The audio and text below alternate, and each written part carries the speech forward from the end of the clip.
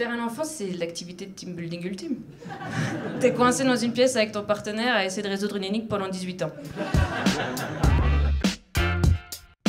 Il y a d'autres questions qui se posent quand tu penses à faire un enfant. Hein. Quand, avec qui, par quelle méthode de conception, quelle méthode d'accouchement, une fois que le bébé est là. Est-ce que je vais le laisser pleurer seul dans son lit ou est-ce que je vais intervenir? Est-ce qu'il va me laisser pleurer seul dans mon lit? Il y a quand même des hobbies que j'aimerais pouvoir garder. Hein. Je vais peut-être devenir maman, mais je reste avant tout une femme instable.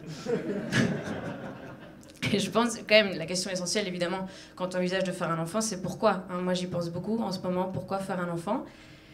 Et je crois que j'ai trouvé, enfin, à 29 ans, je crois que je dois faire un enfant. Et finalement, pour la même raison pour laquelle tout le monde doit faire un enfant. Moi, je crois que je dois faire un enfant parce que j'ai beau lutter, moi aussi, j'ai ce besoin inné, instinctif, profondément humain de problèmes pour pas m'emmerder. Oh, je vais avoir 30 ans, les gars, j'arrive à court de problèmes pour lesquels j'en ai quelque chose à foutre. Je m'emmerde. Franchement, j'invente n'importe quoi pour m'occuper. Je vous jure, je suis à 2 doigts de tricoter des pulls. Pour les arbres. Il y a des gens qui font ça. Non, autant faire un enfant alors. Un enfant, c'est un problème idéal. Un enfant, ça occupe ton cerveau en permanence. T'as pas le temps de faire une crise existentielle quand t'as un enfant. T'es trop occupé à lui apprendre à marcher et pourquoi on peut pas se masturber au milieu du Lush Garden.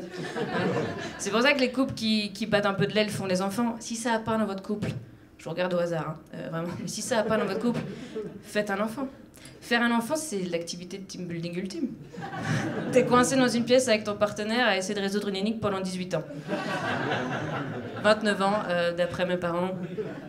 Franchement, ils sont rancuniers. Hein. Toujours pas digéré qu'on soit banni du Lunch Garden.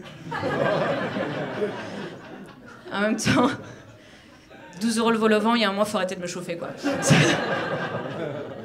Je vais pas vous mentir, ce n'est pas ma seule blague sur la masturbation. Ça fait quelques années que je fais du stand-up, je commence à avoir un bon petit stock de blagues de cul.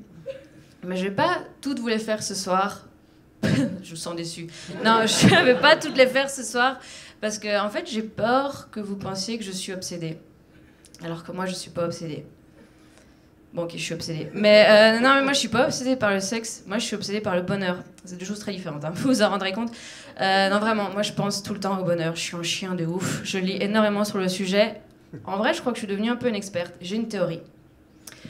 Je crois que ton bonheur dans la vie est inversement proportionnel à la taille du rayon de développement personnel de ta bibliothèque. Moi, si je vois une fille sur la plage lire L'art subtil de s'en foutre, je te garantis 100 € qu'elle s'en fout pas, hein. Du tout. Ce que je fais après, c'est que je secoue mon essuie plein de sable dans sa gueule pour voir si elle a appris à s'en foutre.